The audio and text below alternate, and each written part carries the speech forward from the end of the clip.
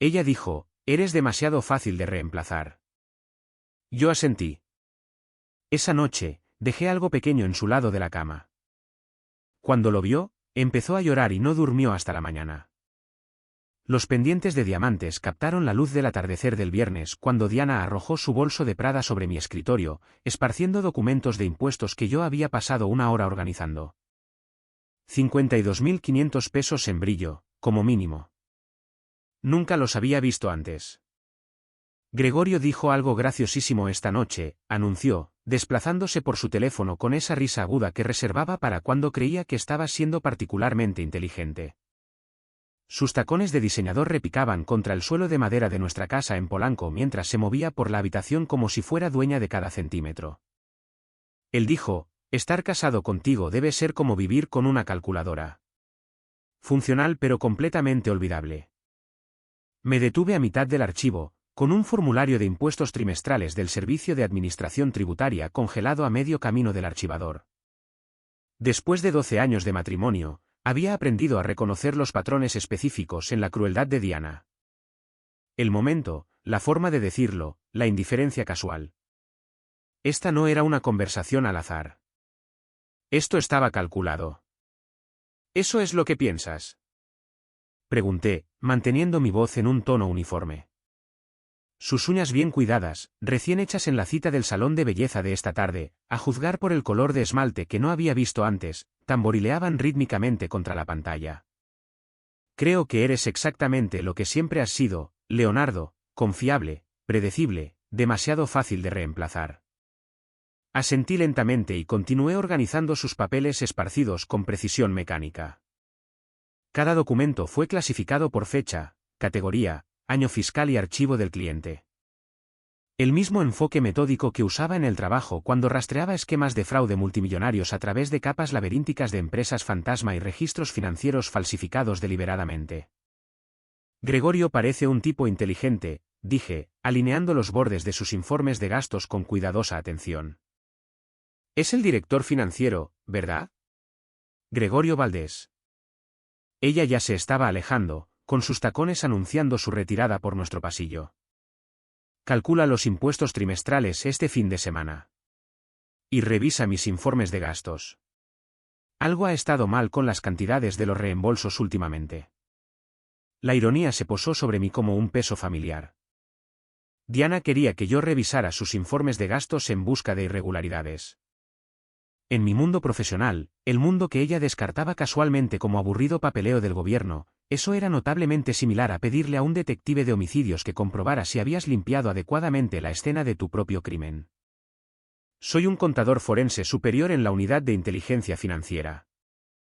Paso mis días cazando fraudes corporativos sofisticados, rastreando operaciones complejas de lavado de dinero y construyendo casos herméticos que envían a criminales de cuello blanco a una prisión federal. Mi autorización de seguridad es de alto secreto. Mis certificaciones profesionales incluyen tanto contador público certificado como examinador de fraude certificado.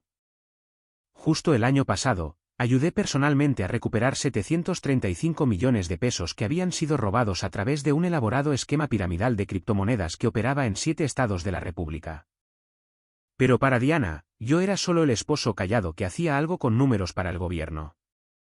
El diciembre pasado, en la lujosa fiesta de fin de año de la empresa Apex Farmacéutica en el salón de baile del Hotel St. Regis en Paseo de la Reforma, me había presentado a un círculo de altos ejecutivos con ese mismo gesto despectivo de su mano. Este es Leonardo, mi esposo. Trabaja para el gobierno, algo con números.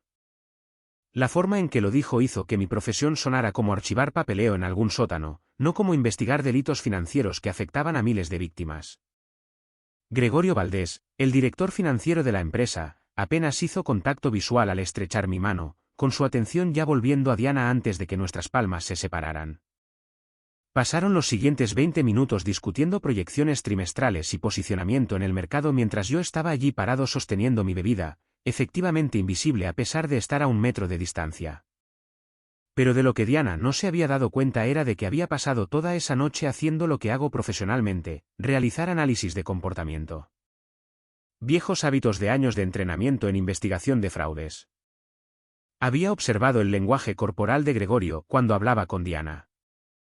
La forma en que se inclinaba aproximadamente 15 centímetros más cerca de lo que dictaría la distancia profesional.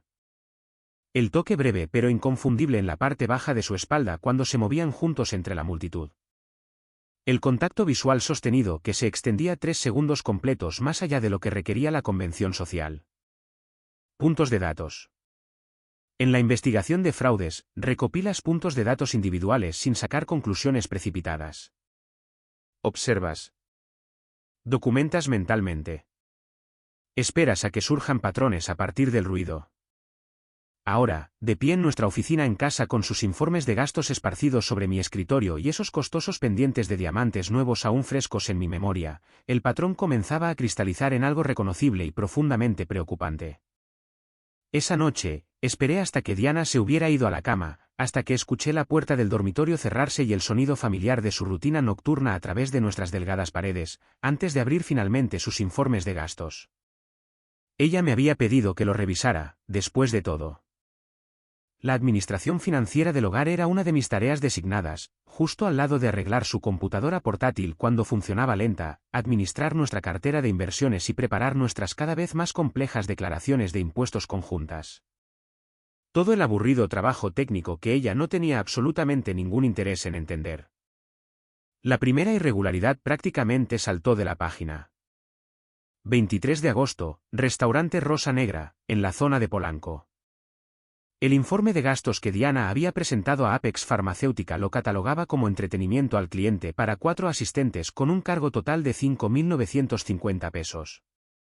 Abrí el estado de cuenta de nuestra tarjeta de crédito compartida en mi computadora portátil segura. Misma fecha, mismo restaurante, mismo código de comerciante, pero nuestro estado de cuenta mostraba solo 3.150 pesos. Alguien más había pagado los otros 2.800 pesos de esa cena, una cuenta dividida. Y en mi experiencia profesional analizando miles de reclamaciones de gastos fraudulentas, las cenas de negocios para 4 personas no suelen dividirse exactamente por la mitad de esa manera. Ese es el patrón característico de las cenas íntimas para 2 personas que intentan mantener cierta negación plausible sobre su relación. Creé una nueva carpeta cifrada en mi unidad de almacenamiento seguro personal. El mismo cifrado de grado militar que usaba para investigaciones federales clasificadas. La etiqueté simplemente como revisión financiera del hogar. Primera regla de la investigación: nunca nombres tus archivos de formas que revelen su verdadero propósito a cualquiera que pueda tropezar accidentalmente con ellos. Luego comencé a construir lo que en el oficio llamamos un análisis exhaustivo de la línea de tiempo. 3 meses completos de informes de gastos pintaron gradualmente una imagen cada vez más clara. Cargos de hotel repetidos en el St. Regis de Paseo de la Reforma, todos presentados cuidadosamente como costos de asistencia a conferencias. Pero cuando crucé esas fechas con los calendarios de conferencias profesionales que extraje de los sitios web de la industria, había 0 conferencias ocurriendo realmente en alguna de esas fechas. Compras en boutiques de lujo categorizadas como regalos para clientes, todas pagadas con su tarjeta corporativa de American Express.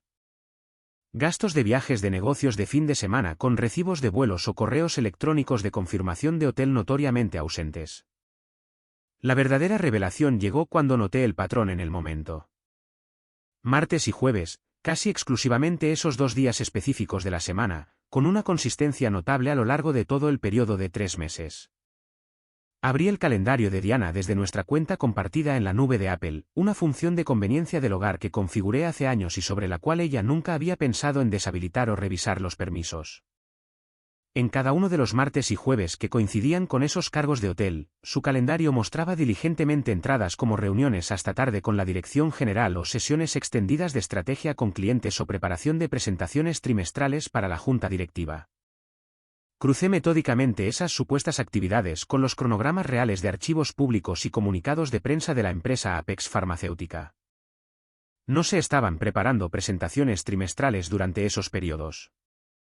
Ninguna sesión de estrategia con clientes se extendería legítimamente más allá de las 7 de la noche. Ninguna reunión de la dirección general estaba en los registros. Pero había cargos de hotel, consistentes, recurrentes, cargos de hotel costosos que aparecían con una precisión de reloj.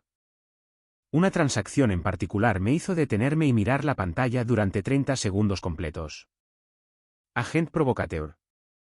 Un cargo de 5.950 pesos en su tarjeta de crédito personal hace exactamente 3 semanas. Nunca había visto esos artículos de compra específicos en ningún lugar de nuestra casa. Agent Provocateur no era exactamente el tipo de tienda donde comprabas artículos prácticos para el día a día. Era lencería europea de alta gama, del tipo que se compra con intenciones específicas, comprada con dinero de nuestra cuenta conjunta. Aparentemente usada para el beneficio de alguien que definitivamente no era yo. A las 2 de la madrugada, había documentado cuidadosamente 47 puntos de datos separados. Cada uno individualmente menor, pero en conjunto pintaban un patrón claro y metódico de engaño sostenido. Pero soy un investigador profesional. Sé que los patrones aún necesitan una validación rigurosa antes de poder sacar conclusiones definitivas. Los puntos de datos individuales pueden ser teóricamente coincidencias, incluso cuando comienzan a sumarse. Necesitaba mucha más evidencia antes de proceder. La mañana del lunes llegó con el tipo de clima gris de otoño que encajaba perfectamente con mi estado de ánimo. Conduje hasta el edificio de la Unidad de Inteligencia Financiera en el centro de la Ciudad de México, llegando a mi oficina una hora completa antes de que el resto de mi equipo comenzara a llegar. Mi título oficial incluía la palabra superior, lo cual tenía un peso significativo. Significaba que tenía autoridad investigativa independiente y acceso legal a bases de datos financieras federales que la mayoría de los ciudadanos privados ni siquiera sabían que existían. Me senté en mi terminal segura y extraje el reporte de crédito completo de Diana. Acceso completamente legal. Manteníamos cuentas conjuntas, tarjetas de crédito conjuntas y obligaciones financieras conjuntas que abarcaban más de una década. Todo lo que estaba haciendo estaba directamente dentro de mi alcance autorizado, tanto como su cónyuge legal como investigador federal acreditado con las autorizaciones adecuadas. Su tarjeta personal de American Express mostraba un saldo actual de 402.500 pesos. Ese número por sí solo era una advertencia máxima. Diana generalmente mantenía esa tarjeta en particular por debajo de los 87.500 pesos, pagándola mensualmente como un reloj para mantener su excelente historial crediticio. Los cargos individuales contaban una historia cada vez más perturbadora mientras me desplazaba por ellos. St. Regis de Paseo de la Reforma, apareciendo con regularidad mecánica cada martes y jueves. Harris Prime Stackhouse, con fechas y montos que coincidían perfectamente con lo que ella había estado reclamando como cenas con clientes en sus informes de gastos. Una joyería de alta gama en la avenida Presidente Masaryk, 147.000 pesos repartidos en solo 3 meses. Tratamientos de spa profesionales programados todos los miércoles, siempre exactamente un día después de esos cargos recurrentes de hotel de los martes. Reconocí este patrón inmediatamente por mi trabajo profesional. En los círculos de investigación de fraudes, tenemos un término específico para ello, patrón de gastos de estilo de vida inconsistente con los ingresos legítimos reportados. Frecuentemente es el primer indicador concreto que los investigadores encuentran al rastrear esquemas de malversación de fondos o corrupción sistemática. El siguiente paso lógico era examinar el uso de su tarjeta de crédito corporativa. Como administrador financiero del hogar designado, ya tenía todos los números de cuenta relevantes, códigos de acceso y credenciales de autenticación de múltiples factores. Diana me los había proporcionado hace años con instrucciones casuales de encargarme de todas las cosas financieras aburridas para las que no tenía tiempo. Lo que encontré en su American Express corporativa hizo que la tarjeta personal pareciera inocente en comparación.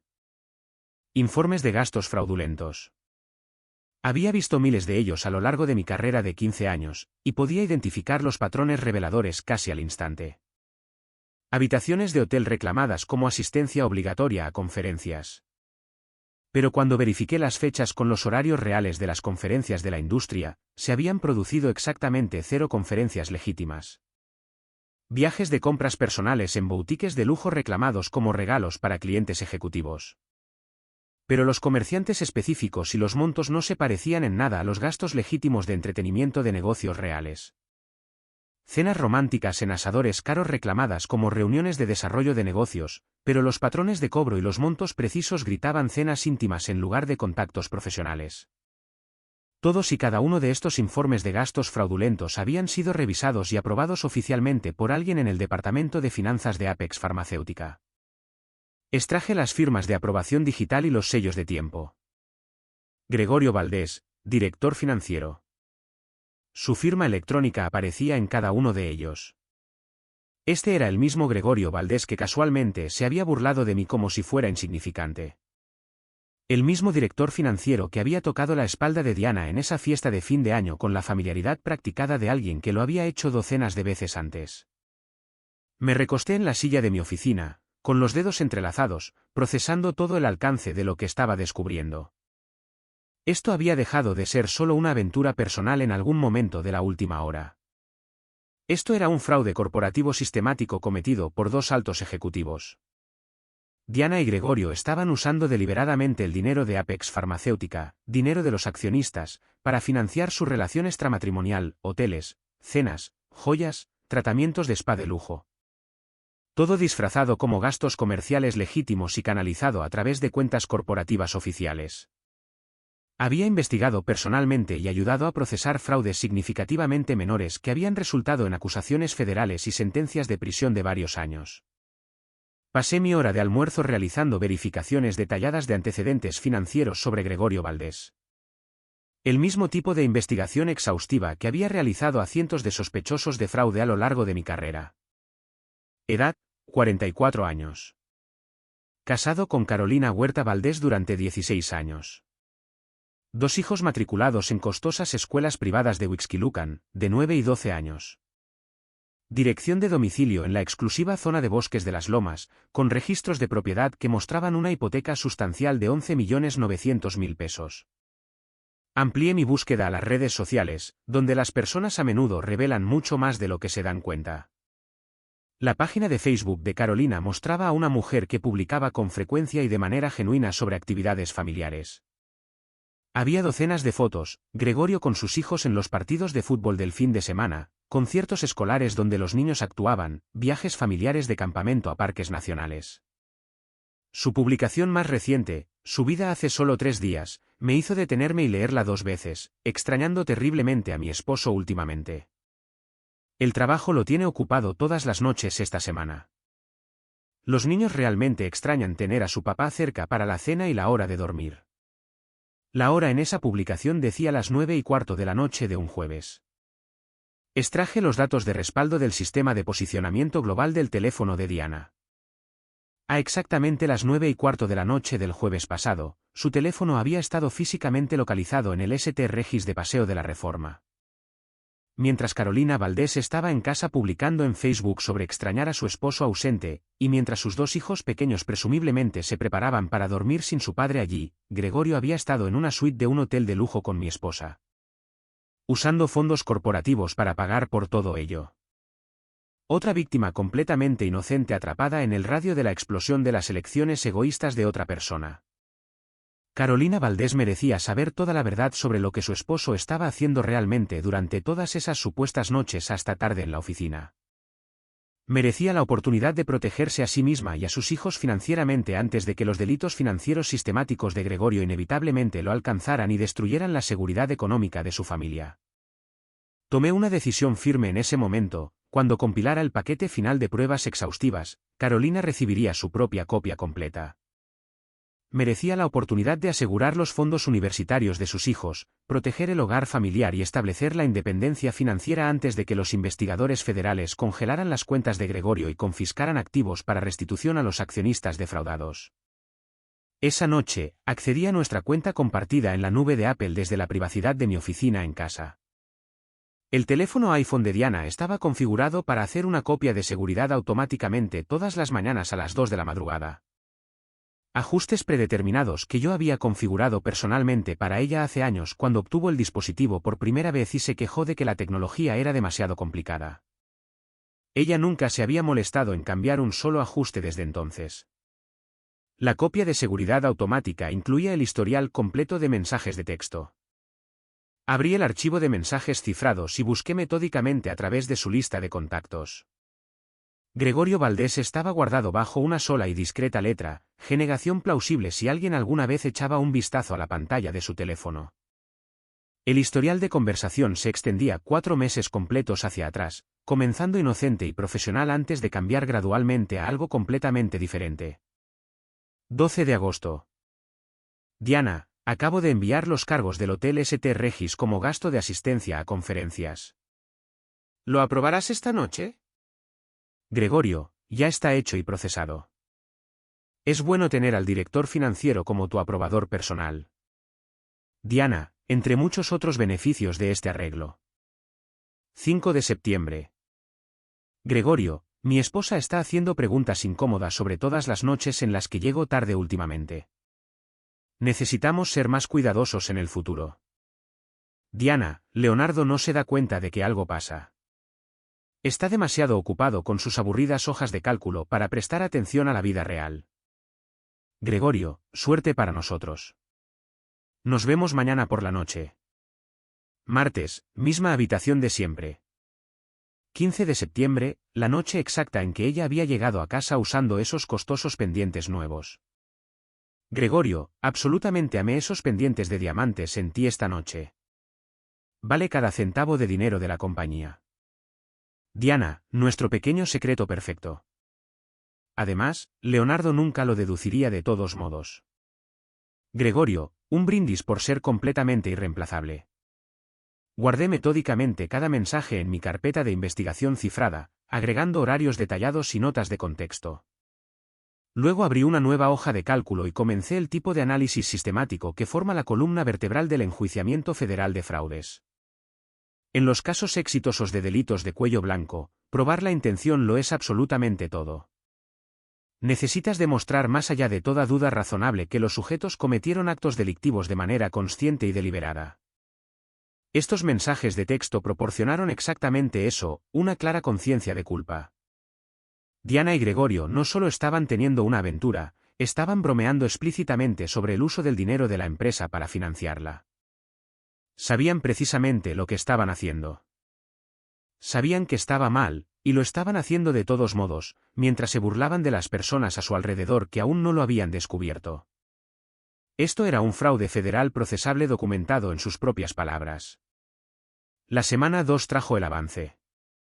Los registros públicos de la Comisión Nacional Bancaria y de Valores de Apex Farmacéutica mostraron irregularidades. Los gastos de marketing aumentaron un 23% sin expansión de la campaña. Honorarios de consultoría a proveedores no verificables. Rastreé los pagos. El software de detección de empresas fantasma marcó a 2 proveedores, consultores de marketing Barrera, por 262.500 pesos mensuales, y asesores financieros Valdés, por 210.000 pesos mensuales. Barrera era el apellido de soltera de Diana. Valdés era el apellido de Gregorio. Ambos tenían la misma dirección de apartado postal corporativo en Nuevo León. Sin sitios web, sin empleados, sin declaraciones de impuestos.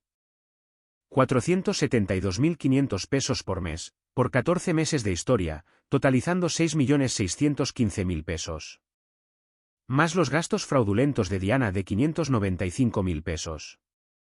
Malversación total, 7.210.000 pesos. Fraude financiero, fraude bursátil, evasión fiscal, asociación delictuosa. Había visto sentencias de 10 años por la mitad de esta cantidad. El 3 de octubre, tomé un día personal y conduje a Paseo de la Reforma. Me estacioné frente al Hotel St. Regis justo antes de las 6 de la tarde y esperé. Diana llegó primero en su Mercedes, entregando las llaves al servicio de estacionamiento, un cargo de 780 pesos que aparecería en su tarjeta corporativa. Gregorio apareció minutos más tarde en su Lexus, usando la entrada lateral y pagando en efectivo para evitar un rastro de papel. Les di unos minutos, luego entré al vestíbulo con mi maletín y periódico. Encontré un asiento con una vista clara de los ascensores. Cuando aparecieron juntos, la mano de Gregorio descansó en la parte baja de la espalda de Diana con familiaridad casual. Subieron al ascensor sin mirar alrededor. Yo ya sabía a dónde iban. En el escritorio del conserje, mantuve mi tono amigable. Supuestamente debo reunirme con mi colega, pero olvidé en qué sala de conferencias. Apex Farmacéutica, Suite 1247, dijo el conserje sin dudarlo. El señor Valdés tiene una reserva permanente los martes y jueves. Tomé fotos del vestíbulo, recogí el recibo del estacionamiento que mostraba el cargo a la tarjeta corporativa de Diana, y documenté la facturación del hotel vinculada a la cuenta de Apex Farmacéutica. Luego me fui. Tenía todo lo que necesitaba. Una semana de trabajo nocturno. Diana pensaba que yo estaba manejando los impuestos. Yo estaba analizando las implicaciones fiscales de 7.210.000 pesos en ingresos no declarados por malversación. El paquete final era de 90 páginas con encuadernación profesional y pestañas de índice, registros bancarios e informes de gastos, mensajes de texto y correos electrónicos, fotos de vigilancia y recibos, y un análisis legal de cada estatuto federal que habían violado. La misma calidad de presentación que usaba para las presentaciones ante las autoridades federales. Preparé 5 paquetes idénticos, uno para Diana, uno para Carolina Valdés, uno para la Junta Directiva de Apex Farmacéutica, uno para la Comisión Nacional Bancaria y de Valores, y uno para la Fiscalía General de la República. Martes, 17 de octubre. Diana tuvo otra reunión hasta tarde, en la suite 1247 en el St. Regis con Gregorio, usando el dinero de la empresa mientras se burlaba de mi supuesta irrelevancia.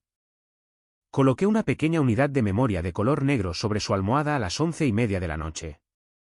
Una nota escrita a mano en mi hoja membretada de la unidad de inteligencia financiera decía, ya que mencionaste los reemplazos, esto contiene lo que reemplaza a la confianza. La Comisión Nacional Bancaria y de Valores recibe su copia mañana por la mañana. Leonardo. Luego comencé la fase de distribución. Antes de la medianoche, envié correos electrónicos cifrados a la Oficina de Delitos Financieros de la Comisión Nacional Bancaria y de Valores y a la Oficina Central de la Fiscalía General de la República en la Ciudad de México. Cada uno incluía mis credenciales como contador forense superior con la unidad de inteligencia financiera y el paquete completo de evidencias. Envié un tercero al presidente de la Junta Directiva de Apex Farmacéutica, marcado como urgente. Un mensajero entregaría el cuarto paquete a la casa de Carolina Valdés por la mañana. Justo después de la medianoche, presenté la demanda de divorcio electrónicamente a través de los tribunales de la Ciudad de México. Adulterio con pruebas de respaldo. Limpio, documentado, definitivo. Cuando el auto de Diana entró al camino de nuestra casa a las 12:30 de la noche, me quedé en mi oficina y escuché. La puerta principal, los tacones sobre la madera, subiendo las escaleras, luego el silencio. Pasaron 7 segundos antes de que escuchara su fuerte inhalación de aire. El crujido del papel mientras leía la nota, su computadora portátil encendiéndose, la unidad de memoria deslizándose en el puerto. 2 minutos de silencio mientras asimilaba lo que estaba viendo. Luego el primer sollozo. Su teléfono sonó. Gregorio llamando. Ella rechazó e inmediatamente intentó devolverle la llamada. Buzón de voz. Ella intentó una y otra vez. 3 intentos, todos sin respuesta. Gregorio había apagado su teléfono o había descubierto lo que estaba sucediendo más rápido que Diana. Las caminatas de un lado a otro comenzaron alrededor de las 12:15 de la noche. Pasos rápidos y nerviosos de un lado a otro de la habitación. Ocasionalmente, se detenía, asumiendo que para leer algo en la pantalla, luego reanudaba su marcha. Para la 1:30 de la madrugada, escuché que escribía. Pulsaciones de teclas rápidas y desesperadas, correos electrónicos tratando de contener el daño que ya se estaba propagando fuera de su control. No había forma de contener esto. Fuerza abrumadora en múltiples puntos de presión simultáneamente. Mientras Diana descubría su exposición, la Comisión Nacional Bancaria y de Valores revisaba las pruebas, la Fiscalía General de la República abría archivos, el presidente de la Junta de Apex Farmacéutica leía sobre el fraude de los ejecutivos, y Carolina Valdés conocía la verdad. Todos los puntos de presión se activaron a la vez. Diana nunca durmió. Al amanecer, la encontré en la cocina. Ropa del día anterior, maquillaje corrido, ojos rojos, manos temblorosas buscando café. Tenemos que hablar, dijo. Yo serví café. ¿Sobre la aventura, el fraude de gastos o la malversación? ¿Cuánto tiempo lo has sabido? 4 semanas investigando. 6 semanas desde que noté el patrón cuando me pediste que revisara tus informes de gastos. Una investigación irónica. Su voz se quebró. Este es nuestro matrimonio, no un caso. Se convirtió en un caso cuando robaste 7.210.000 pesos de una empresa pública. Eso es fraude financiero federal. Mi trabajo es investigar delitos financieros. Tú los cometiste. Ella dejó su taza con cuidado. No puedes enviar esto a la Comisión Nacional Bancaria y de Valores. Destruiría todo. Ya está enviado. La taza se le resbaló, haciéndose añicos contra el mármol. El café se esparció por el azulejo blanco. ¿Tú qué? Le mostré mi teléfono. Confirmaciones de envío, con su hora precisa. La Comisión Nacional Bancaria y de Valores a las 8 de la mañana, la Fiscalía General de la República a las 9, la Junta de Apex Farmacéutica para las 10. Ella colapsó. Oh Dios. Podemos arreglar esto. Devolverlo. Los errores contables no incluyen mensajes de texto bromeando sobre el dinero de la empresa. Mostré las capturas de pantalla. Esto demuestra la intención. Conciencia de culpa. ¿Qué pasa con 12 años de matrimonio? Dijiste que era demasiado fácil de reemplazar. Los papeles del divorcio se presentaron ayer. ¿Le dijiste a Carolina? Ella recibió su paquete anoche, a la misma hora que tú. Ella merece la verdad. Incluí lo suficiente para que ella asegure los bienes antes de que las cuentas de Gregorio se congelen. Diana se dio cuenta de la magnitud. ¿Destruiste todo? No, tú destruiste todo al cometer delitos federales. Yo lo documenté. Ese es mi trabajo. Ella intentó todos los ángulos. Consejería matrimonial. Le dije que necesitaba un abogado penalista. Terminar la aventura. Le expliqué que la aventura era irrelevante. Reclamar acceso ilegal. Señalé mi autoridad legal. ¿Estás disfrutando esto? No, pero no lo lamento. Me miró fijamente como si yo fuera un extraño. Supongo que lo era. Ella nunca me había conocido. Me llamaste olvidable. Fácil de reemplazar. Una calculadora. Nunca preguntaste qué hago en la unidad de inteligencia financiera. Enjuagué mi taza. Encuentro dinero oculto. Rastro delitos financieros. Construyo casos. Envío a personas a prisión por menos de 7 millones de pesos. Mi teléfono vibró con un mensaje de mi supervisor de la Unidad de Inteligencia Financiera. La Comisión Nacional Bancaria y de Valores quiere una entrevista sobre Apex Farmacéutica a las 10 de la mañana. Se lo mostré. Los investigadores estarán aquí al mediodía. Consigue un abogado. La cascada fue inmediata y abrumadora. En cuestión de horas, investigadores de la Comisión Nacional Bancaria y de Valores llegaron a la sede de Apex Farmacéutica con órdenes federales. Diana y Gregorio fueron llamados a reuniones de emergencia de la Junta Directiva, puestos en licencia administrativa y sus computadoras fueron confiscadas. Al mediodía, los agentes de la Fiscalía General de la República estaban realizando entrevistas. La noticia estalló esa tarde: ejecutivos de Apex Farmacéutica bajo investigación federal por presunto fraude. Las acciones de la compañía cayeron un 12%. Carolina Valdés solicitó el divorcio a la mañana siguiente, junto con mociones de custodia de emergencia y congelamiento de activos. Envió un mensaje a través de su abogado: salvaste los fondos universitarios de mis hijos. La semana siguiente, se convocó a un gran jurado. Testifiqué como testigo experto sobre mi metodología de investigación y mis hallazgos. Después de 2 horas de deliberación, votaron a favor de acusar de todos los cargos. Las acusaciones se emitieron días después. Diana enfrentó 3 cargos de fraude financiero, 2 cargos de fraude bursátil, 1 cargo de asociación delictuosa y 2 cargos de evasión fiscal. Sentencia máxima: 20 años. Los cargos de Gregorio fueron aún más extensos: 4 cargos de fraude financiero, 3 cargos de fraude bursátil, 2 cargos de malversación, 1 cargo de asociación delictuosa y 3 cargos de evasión fiscal. A ambos se les ordenó entregar sus pasaportes. A ambos se les congelaron sus activos. Yo observaba desde mi oficina de la Unidad de Inteligencia Financiera. Apareció mi supervisor. Tremendo caso. La Comisión Nacional Bancaria y de Valores lo llama una investigación modelo. Estamos expandiendo la dirección de fraude corporativo. Necesitamos un contador forense supervisor. ¿Estás interesado? El salario base es de 2.887.500 pesos más bonos. 6 investigadores a tu cargo. Un aumento del 40%. Es bueno ser valorado por la experiencia en lugar de ser tratado como invisible. Estoy interesado. Después de aceptar el puesto a principios de noviembre, trabajé durante el periodo de transición mientras observaba cómo las vidas de Diana y Gregorio colapsaban sistemáticamente. El colapso de Diana fue sistemático. Honorarios legales, un anticipo de 2.625.000 pesos. Su red de contactos se disolvió. Su perfil de LinkedIn desapareció. Sin empleo. Una acusación federal la hizo intocable. Se mudó a un modesto departamento en Tlalnepantla. Yo me quedé con la casa en Polanco.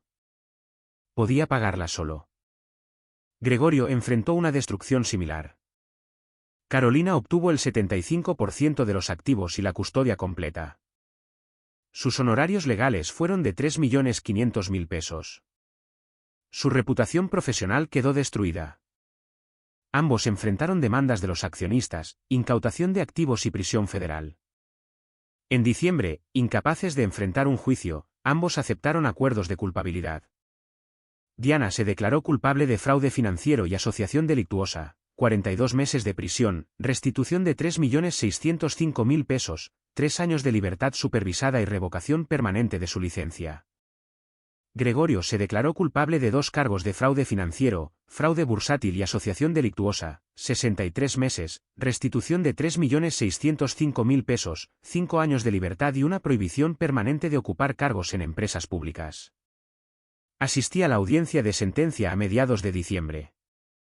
No como el esposo de Diana, nuestro divorcio se había finalizado el 1 de diciembre, sino como el investigador federal cuyo testimonio había construido el caso. La declaración del juez, esto representa una profunda traición a la confianza corporativa y a la confianza de los accionistas. Los acusados utilizaron conocimientos financieros sofisticados para robar. No mostraron remordimiento hasta que se enfrentaron a las consecuencias. La investigación del señor Leonardo previno más pérdidas y sirve como modelo para la detección de fraudes. Diana me miró una vez. Mantuve mi expresión neutral, profesional. Ella me había descartado por insignificante, y sin embargo, aquí estaba yo, habiendo desmantelado toda su vida. A ambos se les ordenó presentarse en la prisión federal en febrero. 5 de enero. Nueva oficina en la unidad de inteligencia financiera. Espacio más grande, vista a la ciudad, una nueva placa con mi nombre, contador forense superior supervisor. 6 investigadores a los que capacitar. El primer día, enseñé mi metodología. El fraude financiero deja patrones. Su trabajo es reconocerlos y seguirlos hasta su conclusión lógica. Reúnan pruebas sistemáticamente. Documenten todo. Verifiquen a través de múltiples fuentes. Nunca dejen que los sentimientos personales comprometan la objetividad profesional. Un investigador subalterno preguntó cómo mantener la objetividad en casos difíciles. Pensé en Diana. 12 años terminando en una prisión federal. Documentación sistemática reemplazando a la emoción. Recuerden, la justicia no se trata de venganza, dije. Se trata de consecuencias. Las personas que cometen delitos se enfrentan a ellas. Su trabajo es hacer que las consecuencias sean apropiadas y legalmente sólidas a través de pruebas, no de emociones. Más tarde, una carta de Carolina Valdés. Ella había asegurado la casa, los fondos universitarios de sus hijos y la mayoría de sus activos antes de que los de Gregorio fueran incautados. Tus pruebas salvaron el futuro de mi familia. Me diste información para proteger a mis hijos. Las decisiones de Gregorio nos habrían destruido, pero tú te aseguraste de que las personas inocentes no fueran daños colaterales. Mi divorcio fue limpio. Sin pensión alimenticia, el adulterio y una condena penal eliminaron cualquier reclamo. Simple división de bienes. Los de ella fueron incautados para restitución de todos modos. Me quedé con la casa, las inversiones y mi reputación profesional. Esa reputación había crecido. Se corrió la voz sobre el contador que descubrió 7 millones de pesos en malversación a través de un informe de gastos. Los fiscales me solicitaban para casos complejos. Una tarde a finales de enero, Estaba sentado en mi oficina en casa en Polanco, revisando archivos para una nueva investigación. Un contratista de defensa estaba sobrefacturando al gobierno por 52.500.000 pesos. Mi equipo rastrearía cada factura fraudulenta. Un reconocimiento enmarcado en la pared del director de la Unidad de Inteligencia Financiera por la excelencia en la investigación de fraudes financieros y dedicación a la protección de los ciudadanos. Mi teléfono vibró. La Comisión Nacional Bancaria y de Valores solicitaba testimonio experto en un caso importante de fraude bursátil. Mencionaron mi enfoque metódico y documentación exhaustiva. Acepté. Diana tenía razón en una cosa. No necesitaba ser el centro de atención o reconocimiento constante. Me sentía cómodo estando en un segundo plano, manejando los detalles técnicos mientras otros se llevaban el crédito.